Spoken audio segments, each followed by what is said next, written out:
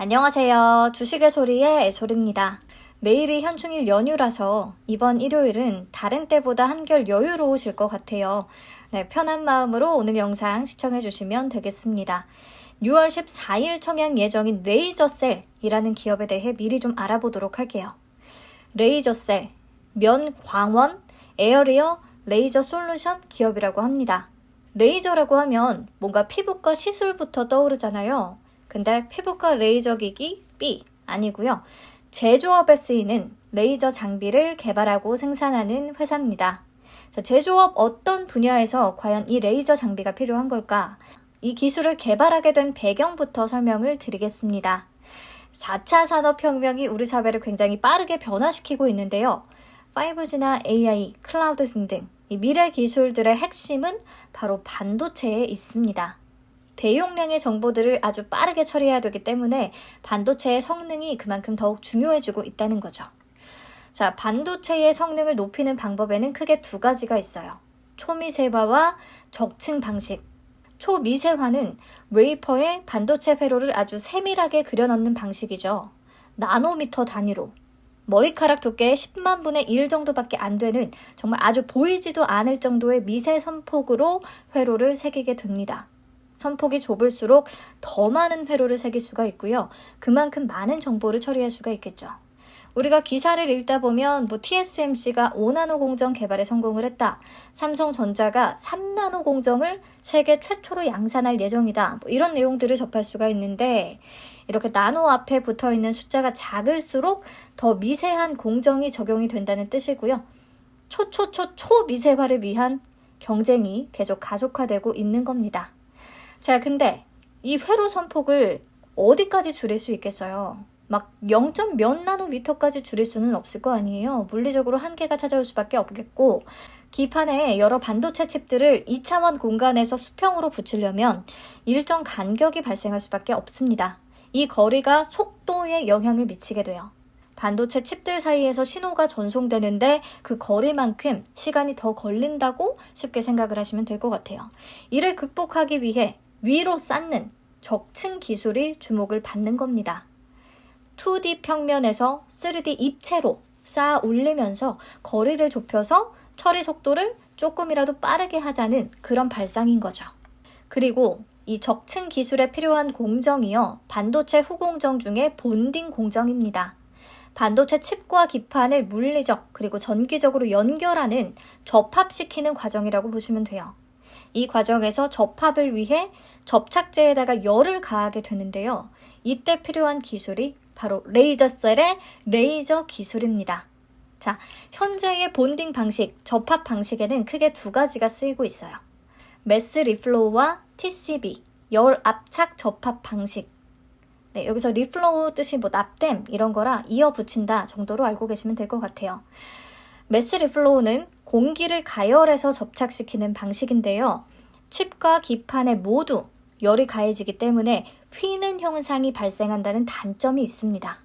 물질마다 같은 온도에서도 다 휘는 정도가 서로 다르기 때문에요. 이렇게 전체적으로 열을 가하게 되면 뭔가 결론적으로 맞지 않는 휘는 그런 현상이 나타날 수 있다는 거죠. 반면 TCB, 열압착 접합 장비는요. 접합 부위에만 열을 가하고 휘지 않도록 누르는 방식인데요. 장비가 막 10억 원에서 20억 원 수준으로 매우 비싼데 시간당 생산성이 너무 떨어진다고 해요. 칩 한 개당 작업 시간이 15초 정도가 걸린다고 하니까 10개의 칩이라면 다 붙이는데 150초가 필요한 거죠. 자, 그래서 이런 단점들을 다 보완해서 새롭게 등판한 게 바로 레이저셀의 면광원 에어리어 기술입니다. 면 단위로 레이저를 조사하는 거예요. 즉, 칩 한 개씩 작업하는 게 아니라 10개의 칩을 동시에 가열해서 접합시킬 수 있다는 의미입니다. 그리고 레이저를 쏠 때 맨 아래에 있는 기판에는 열이 닿지 않기 때문에 휘는 현상도 거의 없다고 하네요. 장비 크기도 작고 가격도 TCB의 절반 수준이라서 이렇게 설명된 자료로만 보면 굉장히 경제적이고 또 효율적인 그런 신기술이 탄생한 것 같습니다. 그리고 적용될 수 있는 분야도 다양합니다. 반도체, 디스플레이, 전기차 배터리, 자동차 전장 등등. 네, 면광원 에어리어 레이저라는 것의 의미를 이제 파악하셨죠? 면 단위로 레이저를 쏜다. 네, 그래서 레이저셀의 제품군을 보시면 간단히 장비 쪽에서는 LSR, 선택적 레이저 접합 장비 시리즈들이 몇 개 있고요. 장비 내의 디바이스로는 비솜, 엠볼 이렇게 읽는 게 맞으려나 모르겠는데 이런 디바이스들이 있습니다. 조금 더 구체적으로 설명을 드릴게요. LSR 장비 시리즈에는 PLSR, RLSR, FLSR이 있는데요. PLSR은 반도체 웨이퍼 검사용 레이저 본딩 장비라고 해요. RLSR은 미니 LED 본딩 공정에서 발생할 수 있는 불량 미니 LED들을 면광원 에어리어 레이저 기술을 활용해서 떼어내고 다시 재부착하는 그런 장비를 말합니다. FLSR은 미니 또는 마이크로 LED를 레이저로 조사해서 본딩하는 장비예요. 접합시키는 장비. 이렇게 적용 분야마다 좀 세부적인 LSR 장비들을 갖추고 있다라고 보시면 되겠고요. 디바이스 쪽에서는 BSOM은 초정밀 광학 모듈 시스템입니다. 뭐냐면 레이저셀의 장비가 면 단위로 레이저를 쏘는 게 가능하게끔 하는 그런 시스템이에요. 시스템에 포함된 여러 개의 렌즈가 습한 레이저 빔을 면 형태로 바꾼다고 하네요. 그리고 NBOL은 냉각 시스템입니다. 고열을 발산하는 고출력 레이저를 쓰기 때문에 이 냉각 시스템은 무엇보다 중요하겠죠. 네, 이 장비와 디바이스들 모두 세계 최초의 기술이라고 해요. 그리고 주요 제품별 매출 비중을 보면 2022년 1분기 기준 PLSR, 반도체 웨이퍼 검사용 레이저 장비의 비중이 52.13%로 굉장히 높은 것을 확인할 수가 있는데요. 요걸 보고 특정 제품에 대한 매출 의존도가 너무 높다라고 하기는 어려울 것 같아요. 아직은 회사가 시작 단계이기 때문에 이게 굳어진 매출 형태라고 보기가 어렵기 때문인 거죠. 매출처를 이제 막 점점 늘리고 있는 단계라서요. 어떤 특정 분야에 너무 포커싱이 되어 있다, 아니다를 논할 단계가 아니라고 생각합니다. 그리고 특정 매출처 편중 위험도 마찬가지예요. 현재는 주요 고객 3사의 매출 비중이 굉장히 높은데요. 이거는 아마 최근에 메이저 글로벌 회사를 매출처로 확보함에 따라서 이런 상황이 만들어진 것 같습니다. 근데 어떤 측면에서 보면 이 글로벌 회사를 확보하면서 사업이 한 단계 좀 성장할 수 있었던 원동력이 되기도 하고 글로벌 기업으로부터 인정을 받았다는 것을 의미하기 때문에 다른 제조사들로부터 납품 의뢰를 또 받거나 새로운 매출처를 개척하는데 좀 긍정적인 역할을 할 수 있다고 봅니다. 네, 그러니까 아직은 세계적으로 사업화되지 않은 신기술의 영역을 개척한 것이 레이저셀인 거고 앞에서 봤듯이 장비와 디바이스 모두 세계 최초의 기술들이기 때문에 수요처들이 레이저셀의 장비로 기존 장비를 교체하려면 그에 맞는 공정을 새롭게 구성해야 되는 상황인 것 같아요. 이에 대한 토탈 솔루션까지도 당연히 레이저셀이 제공을 하고 있고요. 즉, 수요처들이 돈을 꽤 들여서까지 장비를 교체해야겠다는 마음을 먹게끔 만들어야 되는 게 레이저셀의 역할인 거고 그러려면 기존 장비 대비 확실한 강점이 테스트를 통해서 잘 어필이 되어야 한다고 봅니다. 네, 그래야 반도체 산업을 바꿀 수 있는 게임 체인저가 될 수 있겠죠. 과연 그 가능성이 있을까?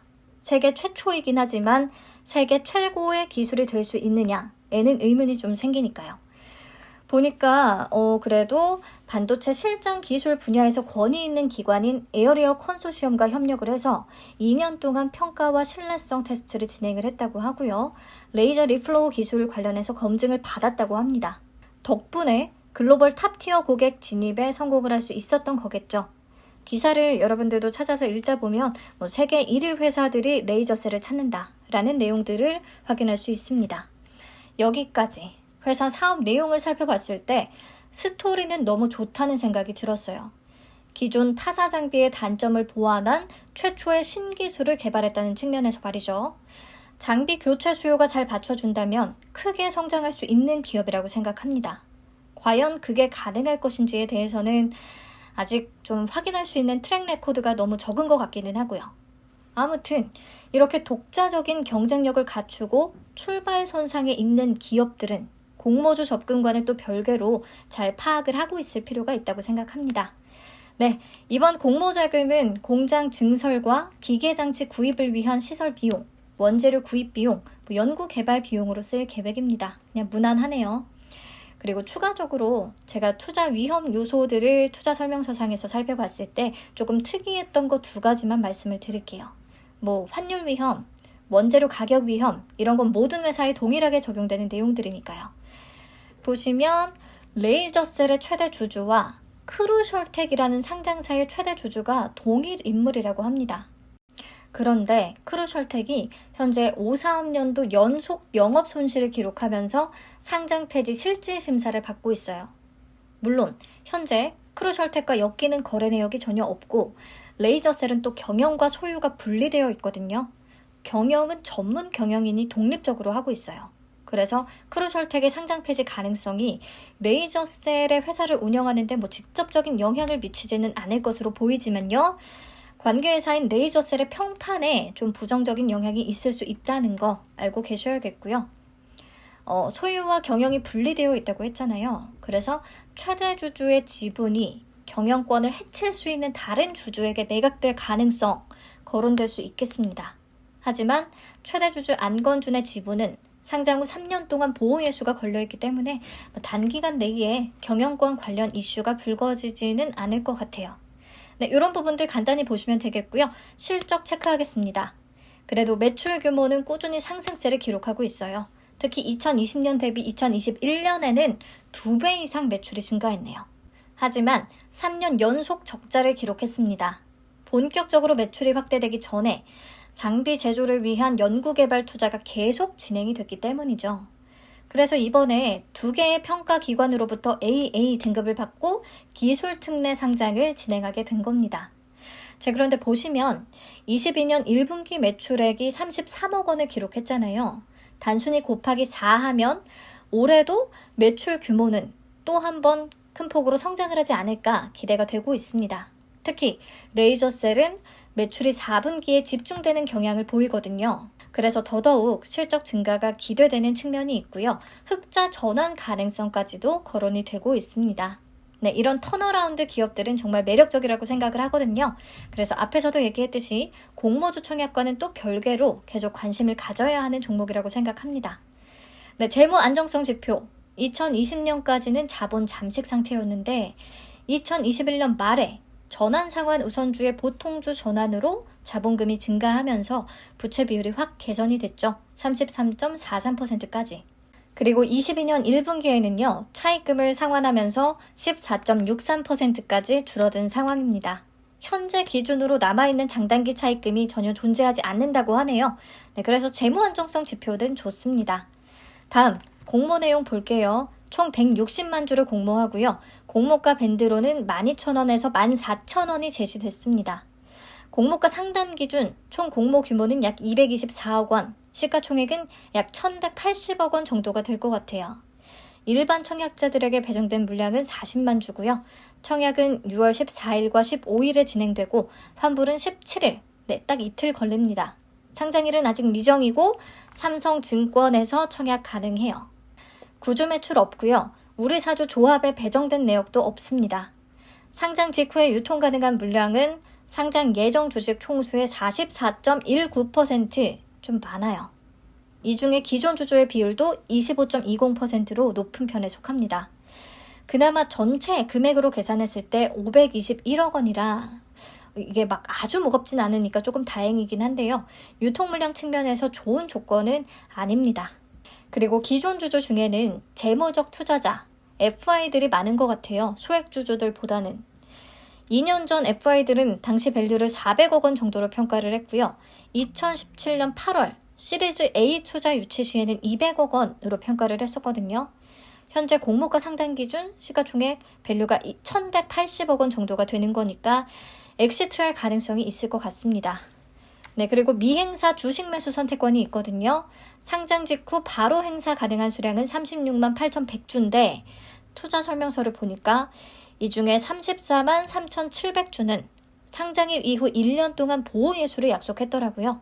즉 상장 직후 행사 가능한 스톡옵션은 2만 4,400주입니다. 상장 예정 주식 총수의 0.29% 정도라서 막 위협적인 수준은 절대 아닌 것 같아요. 네, 다음 공모가 산정 내역 보시죠. 비교 기업으로는 반도체와 디스플레이 산업 내에서 레이저를 활용한 후공정 장비를 다루는 기업들을 선택했어요. 최종적으로 한미반도체와 이오테크닉스, 코세스, 제노셈 4개 기업이 선정이 됐습니다. 레이저셀은 아직은 본격적으로 매출이 발생하는 회사가 아니라서 미래 가치를 얼마나 인정받을 수 있느냐에 따라 평가가 달라지겠죠.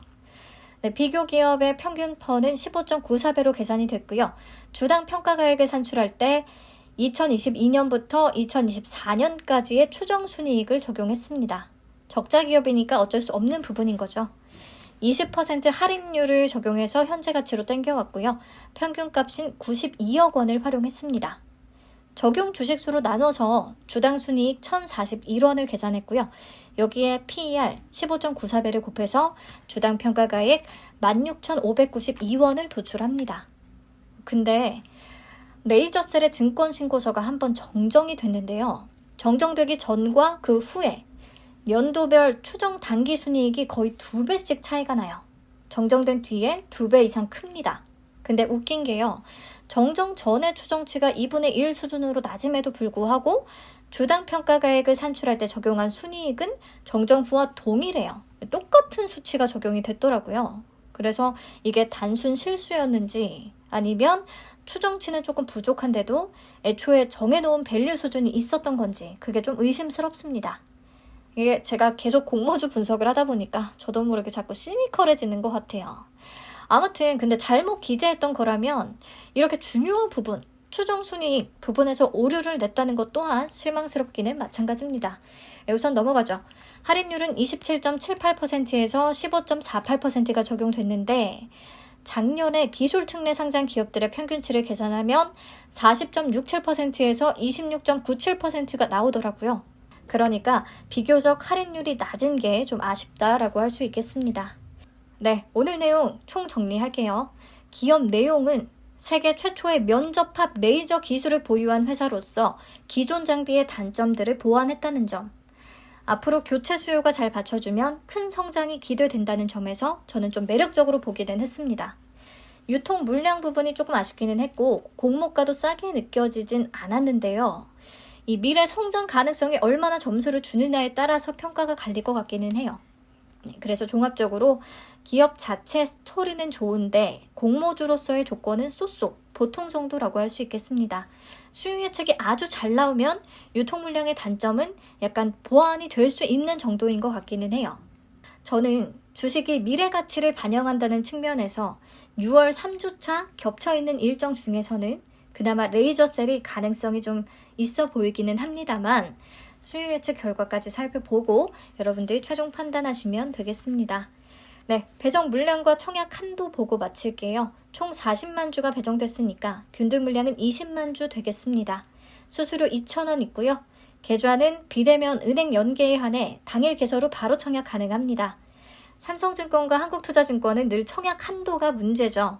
이번에 온라인 전용의 경우 만주까지만 청약 가능하거든요. 한투와 달리 주식 매매를 통해서 우대 조건을 맞출 수가 없고 또 미래에셋과 달리 평잔으로 청약 자격을 평가하기 때문에 우대 조건을 만들기 정말 쉽지 않은 증권사 중에 하나입니다. 현재 본인의 자격은 삼성증권 홈페이지에서 공모주 청약 자격 조회라는 탭을 통해 확인할 수가 있습니다.